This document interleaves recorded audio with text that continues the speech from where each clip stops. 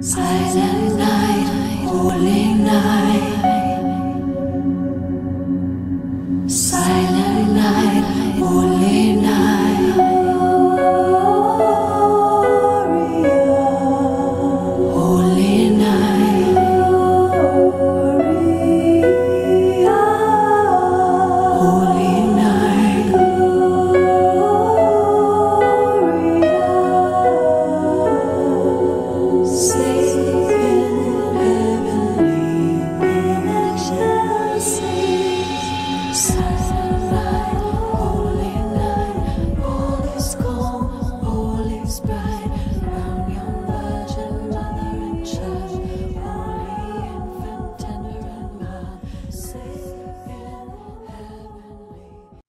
Nous allons ouvrir la parole, les Saintes Écritures. Je vous emmène ce matin, ce midi, en Romains, au chapitre 8. Romains, chapitre 8. Nous avons là une expression qui attire énormément notre attention, une expression qui a toujours attiré l'attention des penseurs, des chrétiens, des gens de tous bords, des gens qui réfléchissent sur le texte sacré, sur beaucoup de choses, sur eux-mêmes aussi, sur leur devenir, sur la vie dans l'au-delà, naturellement. Romains chapitre 8, nous avons les versets 29 et 30. Mais je vais commencer depuis le verset 28. Ce texte dans lequel l'apôtre nous dit, nous savons du reste que toute chose concourt au bien de ceux qui aiment Dieu, de ceux qui sont appelés selon son dessein. C'est-à-dire selon le plan de Dieu, selon la souveraineté de Dieu. Verset 29, car ceux qu'il a conçus d'avance, car ceux qu'il a connus d'avance, il les a aussi prédestinés à être semblables à l'image de son Fils, afin que son Fils fût le premier-né entre plusieurs frères. Et verset 30, et ceux qu'il a prédestinés, il les a aussi appelés. Et ceux qu'il a appelés, il les a aussi justifiés. Et ceux qu'il a justifiés, il les a aussi glorifiés. Amen. Il les a aussi glorifiés. Je vais vous entretenir sur la prédestination. La prédestination, une doctrine qui a fait couler beaucoup d'encre, tant dans le monde catholique que dans le monde protestant, tant parmi les chrétiens en général qu'au milieu des chrétiens évangéliques. Qu'est-ce que cela veut dire réellement, la prédestination? Aujourd'hui, je vais vous faire promener un peu dans les Saintes Écritures pour arriver à sortir quelques vérités en rapport avec ce vocable qui est très difficile à être accepté. Beaucoup se dressent contre la doctrine de la prédestination. Ils ne l'acceptent pas. Ils se soulèvent carrément contre Dieu. Car il y en a même qui s'arrogent le droit jusqu'à traiter Dieu d'injuste. Ils disent que Dieu serait injuste s'il devait envoyer quelques personnes en enfer et d'autres au paradis. Alors, ils n'acceptent pas. Ils se soulèvent. Ils veulent se faire justice eux-mêmes. S'ils pouvaient se faire justice. Leur rejet n'empêche pas que la prédestination soit une doctrine biblique. La clé, croyons-nous, c'est de comprendre ce que cette doctrine signifie bibliquement. Et c'est pour cela que je vais vous faire promener dans les Saintes Écritures, tant dans l'Ancien que dans le Nouveau Testament. Enfin, le verbe traduit en français par prédestiné, cité au verset 29 de notre texte, vient du mot grec proorizo.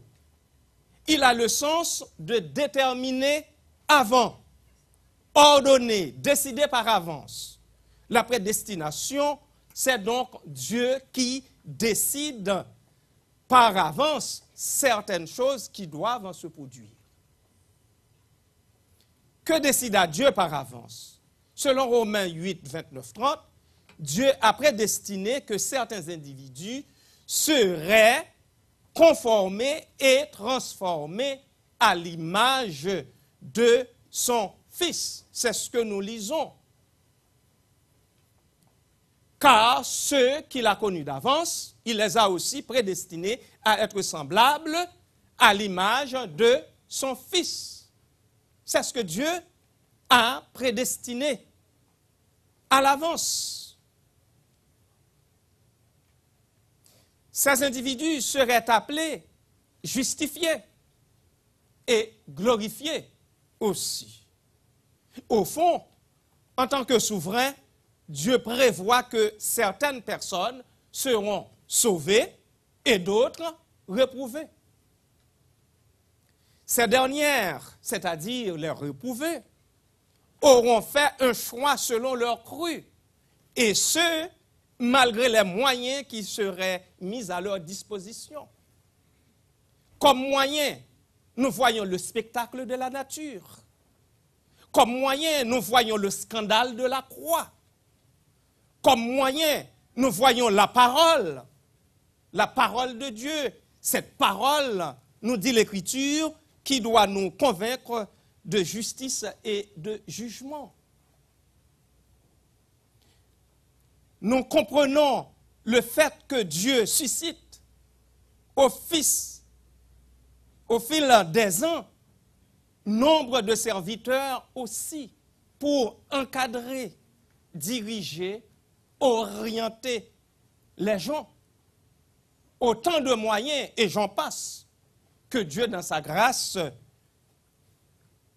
a mis et continue de mettre à notre disposition.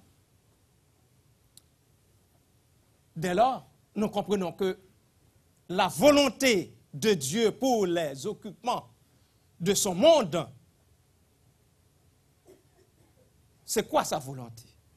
Dieu veut sauver tous les hommes qui croiront en Christ. Je répète, la volonté de Dieu, c'est de sauver tous les hommes et toutes les femmes qui croiront en qui? En Christ. Il faut croire en lui pour avoir droit au salut. Le décret d'élection n'exclut personne du salut.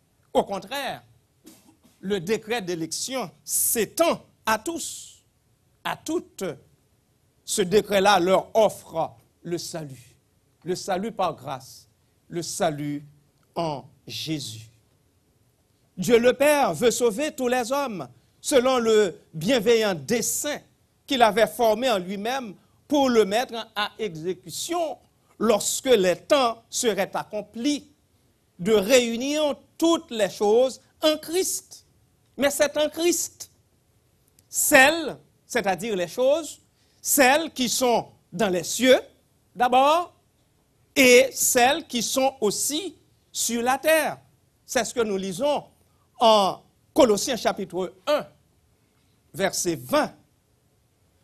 Dieu veut que personne ne périsse, mais que tous viennent à la repentance. Il faut se repentir pour avoir droit au salut. Repentir signifie faire un virage de 180 degrés, changer de direction.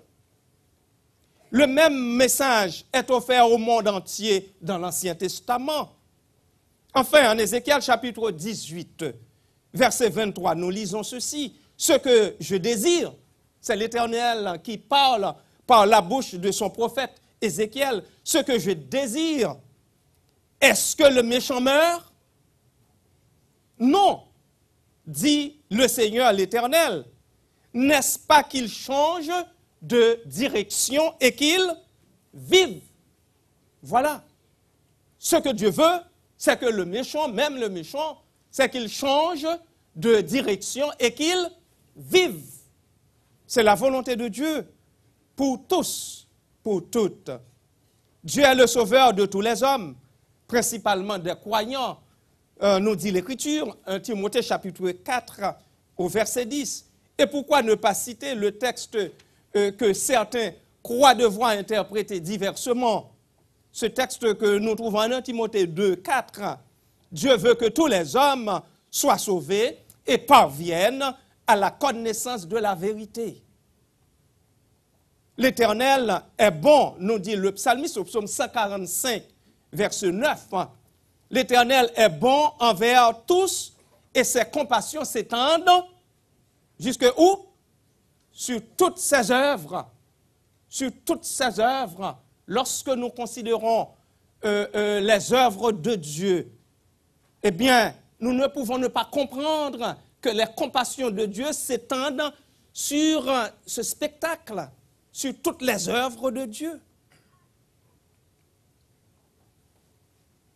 Telle est la volonté du Père, dès avant la fondation du monde, d'où l'intervention du Fils. La volonté du Fils aussi est importante pour les humains. Éphésiens chapitre 1, verset 5 et versets 11 et 12, là, l'apôtre Paul déclare ce qui suit. Il nous a prédestinés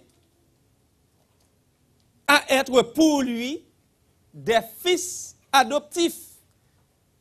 Si l'apôtre écrivait aujourd'hui, il dirait aussi « et des filles adoptives ». Mais par Jésus-Christ. C'est par Jésus-Christ qu'on peut devenir ses fils et filles adoptifs, adoptives. Ainsi, il a voulu sa bienveillance. En lui aussi, nous avons reçu notre part, suivant le projet de celui qui mène tout au gré de sa volonté. Nous avons été prédestinés pour être à la louange de sa gloire, ceux qui ont d'avance espéré dans le Christ. Et le chant, le dernier chant que l'équipe nous a chanté est tout à fait d'appoint. Je veux t'adorer. Hein? Ma raison de vivre, eh bien, c'est de t'adorer, mon Dieu, pour la louange de sa gloire. Nous avons été prédestinés, nous dit l'apôtre, pour être à la louange de sa gloire, ceux qui ont d'avance espéré dans le Christ. Il faut espérer dans le Christ. Donc, le Fils, non plus, ne fait d'acception de personne. Il ne meurt pas seulement pour ses amis intimes ou pour une catégorie de privilégiés, comme certains s'amusent à croire ou bien à nous le faire comprendre.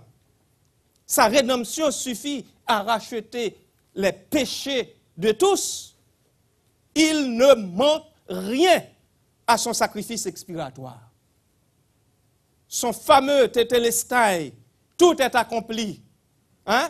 Tout est accompli. Fut l'expression ultime pour tous les humains, qui qu'ils soient.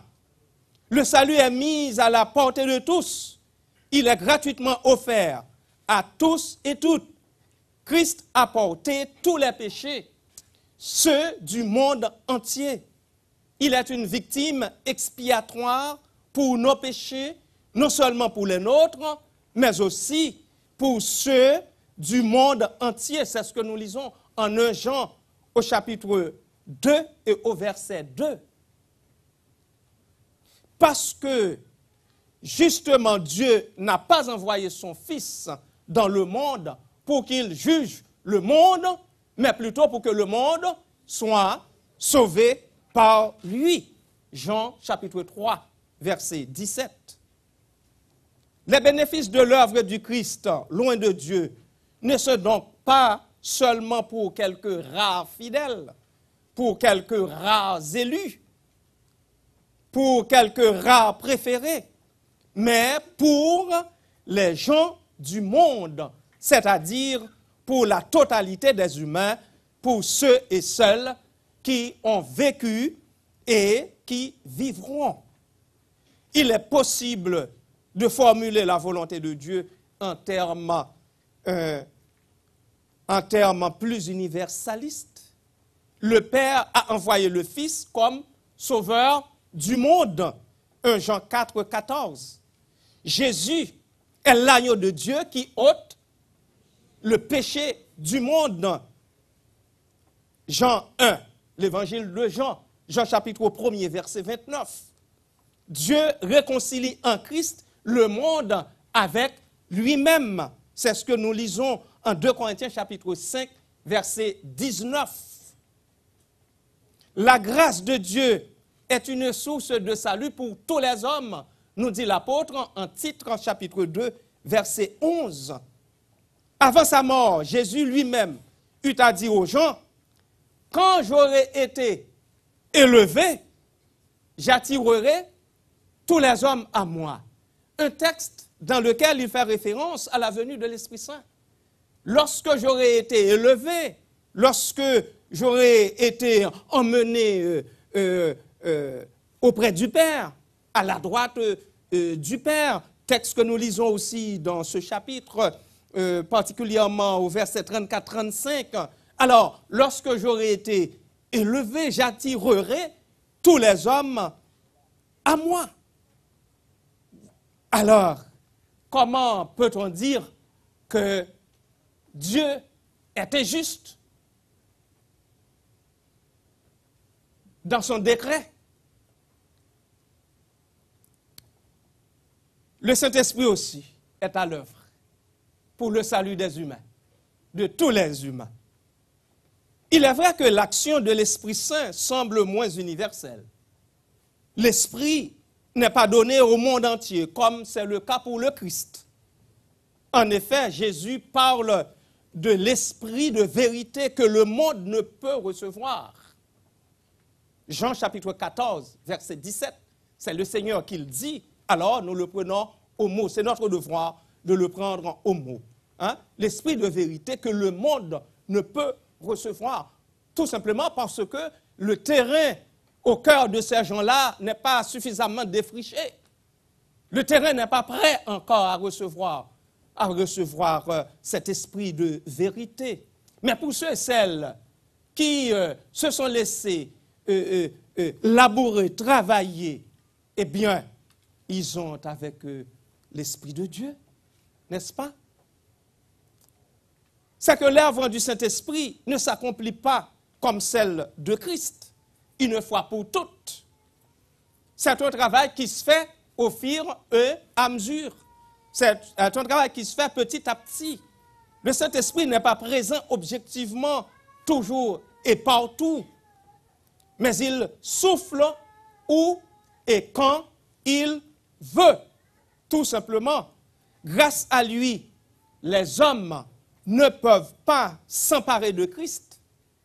Les hommes ne peuvent pas monopoliser ses bienfaits, les bienfaits de Jésus-Christ, comme on ferait d'une denrée et en disposer à leur guise, parce que le Saint-Esprit est à l'œuvre. On courait un grand danger si le Christ n'était pas, par le Saint-Esprit, soustrait à tout usage, sacrilège et au bon plaisir des hommes. Malgré cela, malgré cette mesure prise par Dieu, et ce dès avant la fondation du monde, ils essaient de faire dire en toutes sortes de choses sous l'égide de l'Esprit.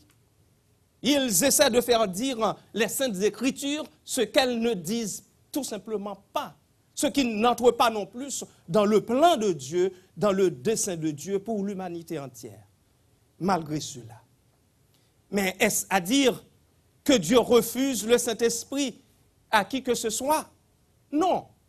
Si le Saint-Esprit n'est pas donné à tous, à la fois, à tous de la même manière, s'il n'est pas une réalité objective que l'homme pourrait distribuer et répartir, est-ce à dire que son action ne s'étende pas à tous les hommes?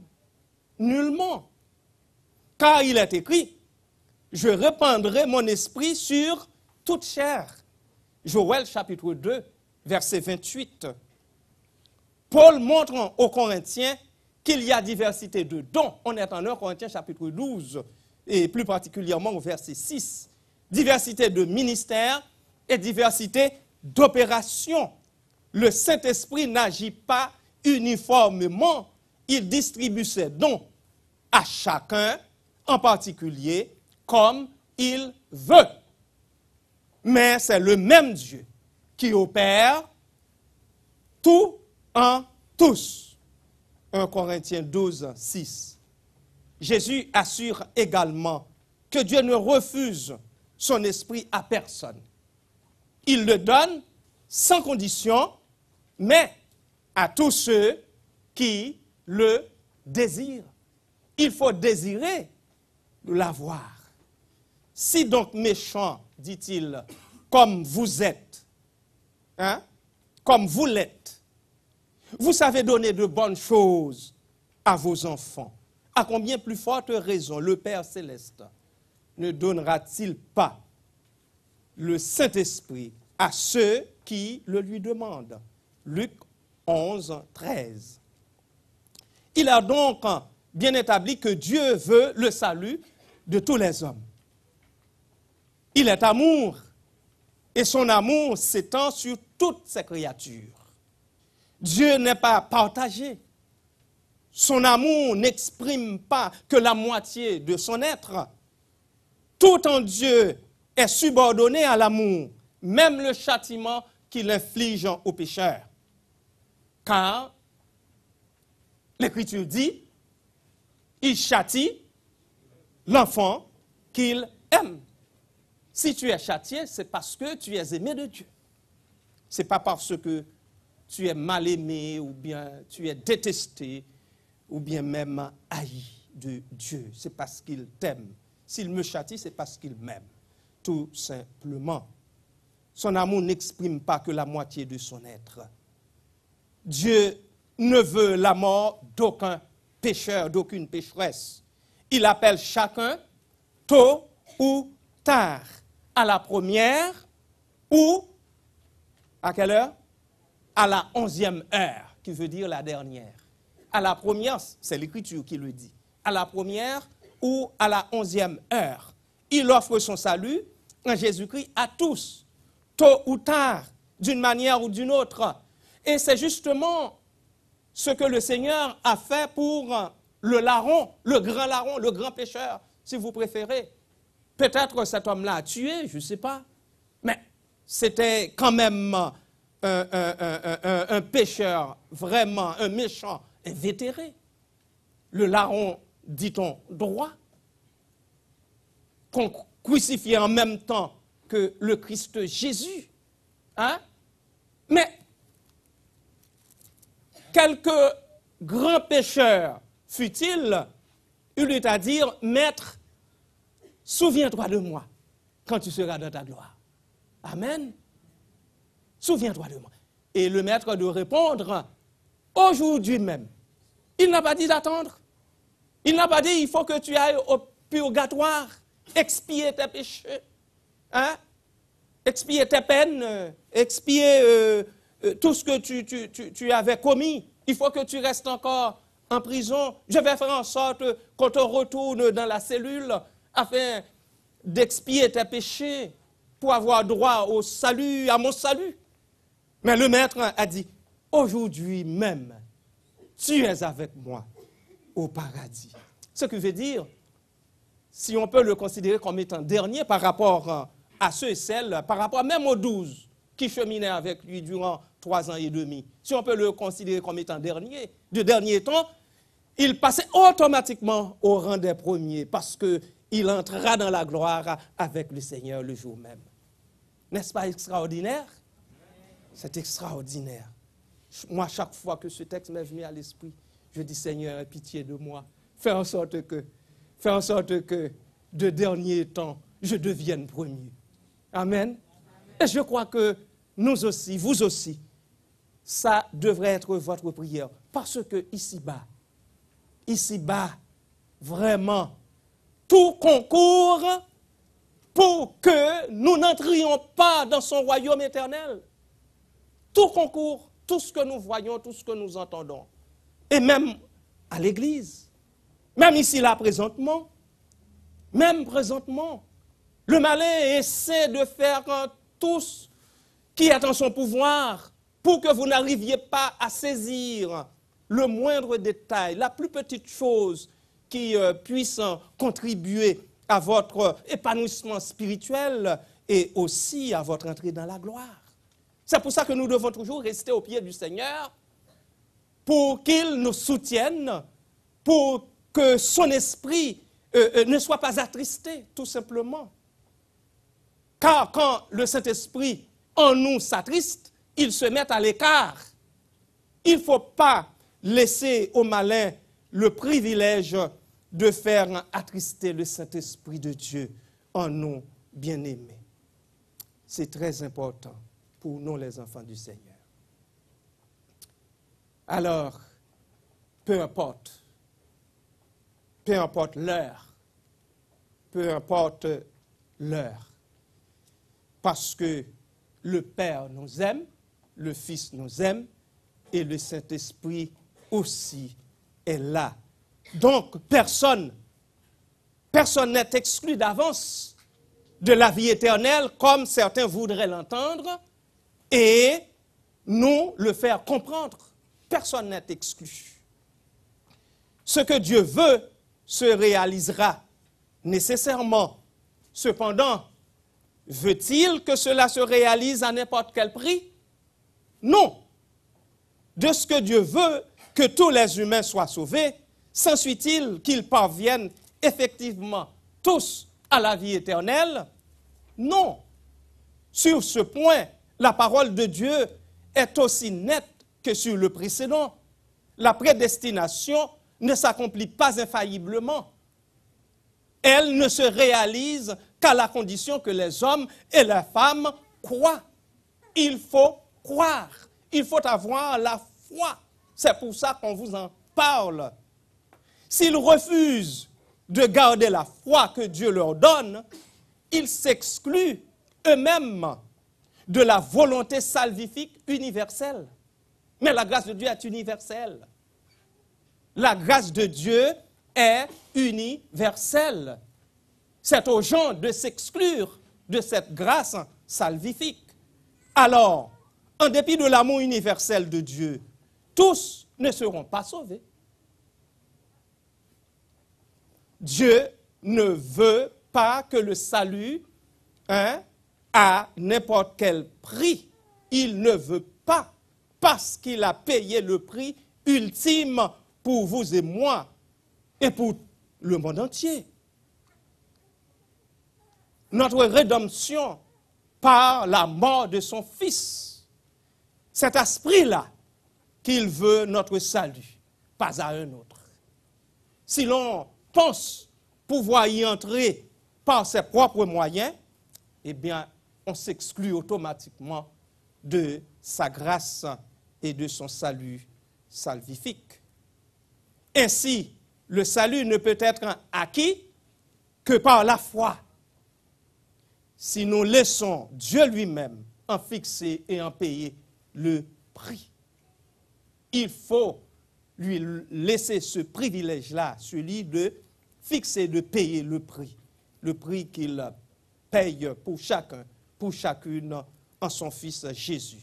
Par ce biais, nous prévoyons, par ce biais, nous évoquons ici le problème de la réprobation. Nous en convenons bien, mais nous ne voulons pas en parler aujourd'hui.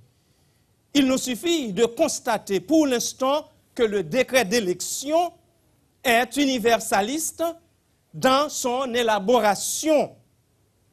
Pour que hommes et femmes nous parvenions tous effectivement au salut, il faudrait que tous nous croyions Mais il n'est pas certain que cette condition soit toujours remplie par tous les hommes et par toutes les femmes, en général par tous les humains, bien que Dieu donne tous les moyens d'y arriver. L'exemple le plus flagrant, eh bien, c'est la parabole des noces que le Seigneur nous donne. La parabole des noces, Matthieu 22. Dans cette parabole, Jésus nous montre précisément que l'invitation s'adresse à un grand nombre d'hommes, parce que là-dedans, on n'a parlé que d'hommes. Le roi n'exclut personne. Il donne même aux plus pauvres la possibilité d'assister dignement au banquet et leur offre un habit de noces. Mais beaucoup refusent de venir ou de revêtir la robe mise à leur disposition.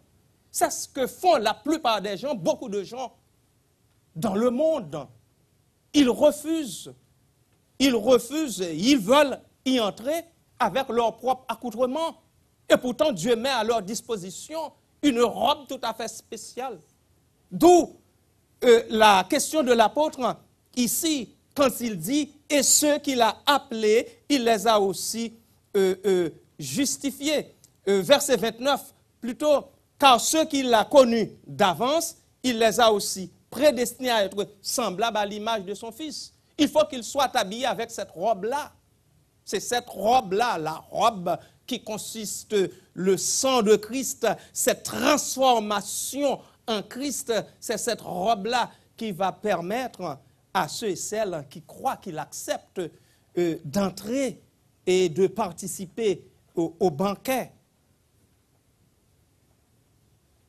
Et en Matthieu chapitre 22, verset 14, là, la boucle est fermée avec, je dirais, cette maxime. Il y a beaucoup d'appelés, mais peu d'élus.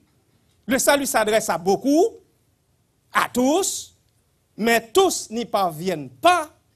Ainsi, y a-t-il peu d'élus. Pour ainsi dire, l'invitation est universelle, mais non la participation au banquet. Amen. L'invitation, tous sont invités. Tous sont attendus.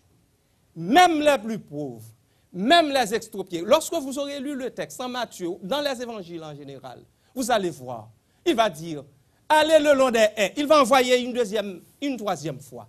Allez le long des haies. Ramenez-les. Hein, les extropiés, les aveugles, les ci, amenez-les. Tous. Parce qu'il faut que ma maison soit remplie. Tous sont invités. Mais tous n'acceptent pas. Tous ne participeront pas au banquet. Tout simplement parce que la plupart d'entre eux, même en étant invités, la plupart d'entre eux, même en tant qu'invités, ne vont pas y entrer parce que tout simplement, ils vont refuser de se vêtir de la robe mise à leur disposition. L'expression « il y a peu d'élus » ne signifie certainement pas qu'il y a un nombre arrêté d'avance et volontairement restreint d'élus. Cette parole non plus n'exclut personne a priori. Elle est un avertissement à ceux qui croiraient que le salut se réalisera automatiquement pour tous. Il faut la comprendre dans le sens indiqué par la péricope de la porte étroite. Dans cette péricope, le Seigneur dit, quelqu'un lui dit, Seigneur, y a-t-il que peu de gens qui soient sauvés? Et le Seigneur de répondre, efforcez-vous d'entrer par la porte étroite. Car, je vous le dis, beaucoup chercheront à entrer et ne pourront pas.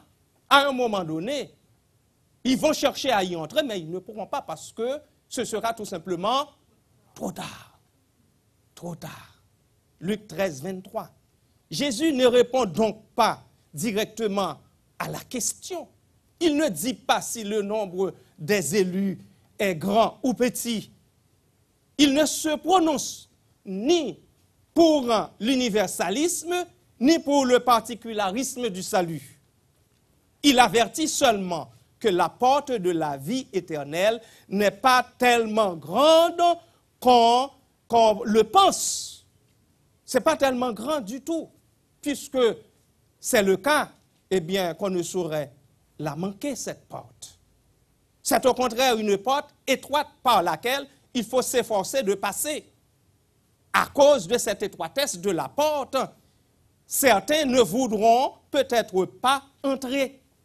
Alors ils auront choisi de tourner dos carrément, de rentrer chez eux, de prendre une autre direction, tout simplement parce qu'ils vont maugréer, ils vont dire, écoutez là, c'est trop étroit, pourquoi dois-je... Et c'est ce que nous disons, jour après jour. Pourquoi dois-je faire ceci? Pourquoi dois-je me restreindre?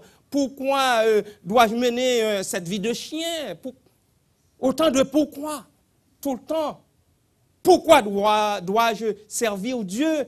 Si je sers Dieu, pourquoi est-ce que je sois malade? Pourquoi est-ce que je sois sans travail? Pourquoi?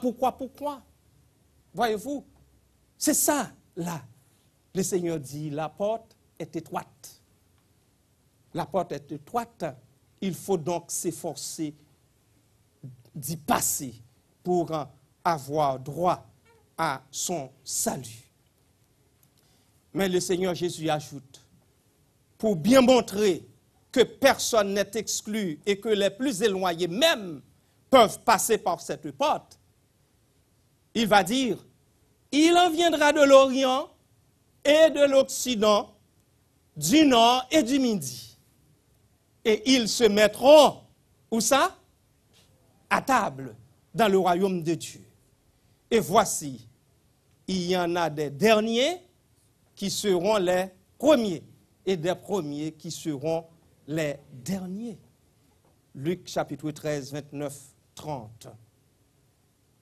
Le Seigneur laisse donc ouverte la question du nombre des élus. L'universalisme et le particularisme sont deux possibilités, et le reste. Tant que l'histoire n'est pas achevée et que l'heure du jugement n'a pas sonné. Ces deux possibilités-là restent et demeurent. Ce sont deux possibilités également sérieuses, dont chacune contient un élément de vérité indispensable à notre foi. Leur contradiction apparente est résolue dans la foi qui voyage de l'une à l'autre et qui est préservée autant par l'une que par l'autre des dangers extrêmes.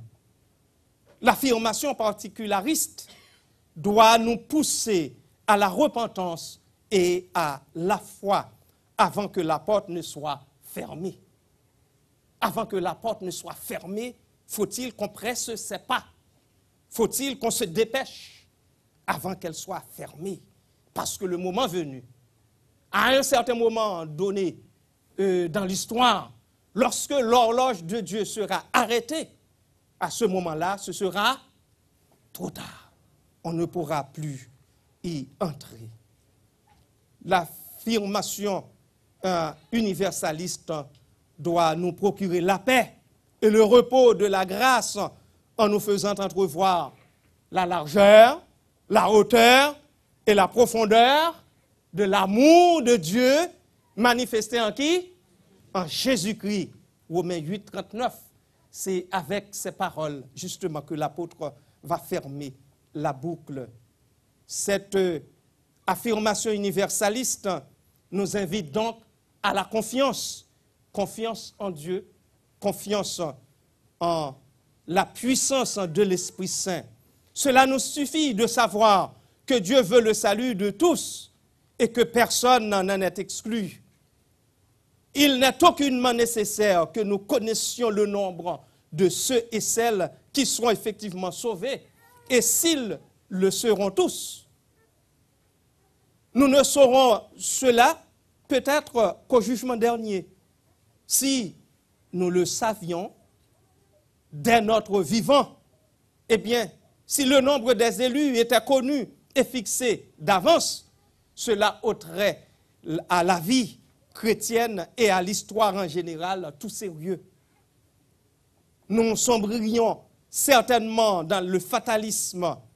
Il ne serait plus nécessaire de travailler à notre salut avec crainte et tremblement. Il se peut que tous les hommes et toutes les femmes soient sauvés, comme aussi il se peut que certaines personnes rejettent la foi et soient damnées. En fait, en Matthieu 24, je crois, au verset 12, le Seigneur eut à dire, lorsque l'iniquité, écoutez ça, lorsque l'iniquité se sera accrue, la foi du plus grand nombre se refroidira.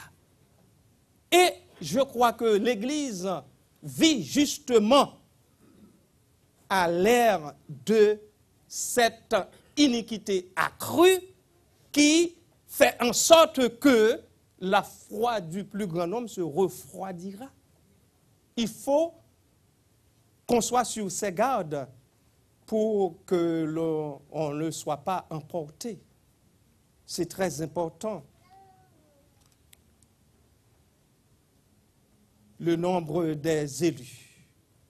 Oui, il se peut que certaines personnes rejettent cette foi en Dieu et au Christ Jésus et soient damnées. Nous vivons dans le temps de la patience de Dieu encore aujourd'hui, où tout est encore possible. L'universalisme, comme le particularisme du salut, sont donc hypothétiques. Plusieurs viennent avec Apocalypse 7,4 comme argument limitatif. Ce verset nous parle des 144 000 de toutes les tribus des fils d'Israël qui ont été marqués du sceau de Dieu et gardés pour le salut. Il s'agit ici d'un nombre absolument symbolique.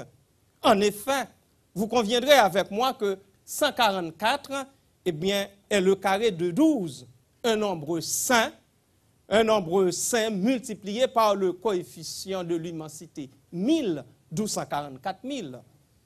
Sans entrer dans les calculs savants élaborés par les anciens, nous retiendrons simplement que ce nombre indique la multitude des élus et ne parle nullement d'une quantité déterminée à l'avance. Tout nous laisse croire que les tenants de cette position balaient du revers de la main le verset 9 du même chapitre de l'Apocalypse 7. Ils balaient du revers de la main le verset 9 qui nous dit ceci, une grande foule. Alors, l'apôtre Jean va dire, puis je vis, une grande foule, une personne que personne ne pouvait compter, de toute nation, de toute tribu, de tout peuple et de toute langue. Ce texte nous rapproche donc davantage de l'universalisme que du particularisme, c'est-à-dire le fait que c'est un petit groupe sélect qui soit sauvé. Un autre texte, par contre, dont on voudrait déduire l'universalisme, ne l'implique manifestement pas. Dieu a renfermé tous les hommes dans la désobéissance pour faire miséricorde à tous. Romains 11, 32. D'après le contexte, on voit qu'il ne s'agit pas de la totalité des individus, mais, comme en Romains 3, 9, plutôt de la totalité des races humaines, et notamment des Juifs et des Grecs. Pour nous, contrairement à ce que pensent nos amis d'en face, qui préconisent une distinction entre la volonté antécédente et la volonté conséquente, la volonté salvifique de Dieu est efficace, non seulement en principe, mais en fait. Dieu met le salut à la portée de tous. Il en donne à tous, non seulement la possibilité, mais aussi la réalité. Il suffit que l'homme, que la femme ne rejette pas ce salut. Il n'y a donc pas en Dieu deux volontés. L'une plus efficace et l'autre plus directe. Ce n'est pas une manifestation imparfaite et partielle, elle est totale. La révélation totale de Dieu. Volontairement, Dieu fait don de toutes ses grâces. Dieu fait don, disons-nous, de toutes ses grâces. Ainsi, bien-aimés, que chacun cherche à se sauver soi-même, pour lui-même, pour elle-même. Je répète, que chacun cherche à se sauver pour soi-même, pour lui-même, pour elle-même. De toutes les façons. De toutes les façons. Dieu ne marche pas du tout ses paroles. Par la bouche d'Ézéchiel, il a dit ceci. On est en Ézéchiel 18. Ézéchiel 18, verset 4. Je vais vous lire deux versets, verset 4 et verset 20. Ézéchiel 18, verset 4. Là, l'Éternel dit, voici, toutes les âmes sont à moi, l'âme du Fils comme l'âme du Père, l'âme de la fille comme celle de la mère. C'est moi qui ajoute ça. Okay? Une façon pour dire que la gente féminine n'est pas exclue du tout. L'âme du Fils comme l'âme du Père. L'une et l'autre sont à moi, dit l'Éternel. L'âme qui pêche, c'est celle qui mourra. Je répète, c'est l'Écriture. L'âme qui pêche, c'est celle qui mourra. Et au verset 20, qui est encore plus explicite, d'après moi. L'âme qui pêche, c'est celle qui mourra, point. Et il poursuit, le fils ou la fille ne portera pas l'iniquité de son père, et le père ne portera pas non plus l'iniquité de son fils. La justice du juste sera sur lui, et la méchanceté du méchant sera sur lui, c'est-à-dire sur le méchant. C'est très important. Donc, c'est chacun pour soi. C'est chacun pour soi. Et dans l'Ancien Testament déjà, au début, en Genèse, eh bien, à un moment donné, l'ange a saisi la main de Lot. Il lui a dit, sauve-toi pour ta vie. Et c'est ce que Lot a fait. Il s'est sauvé pour sa vie. Mais qu'advenait-il de sa femme? Qu'advenait-il de sa femme? À vous d'y penser. Ainsi comprise, la doctrine de la prédestination pousse le peuple de Dieu, pousse ceux et celles qui le reconnaissent comme Père en Jésus-Christ.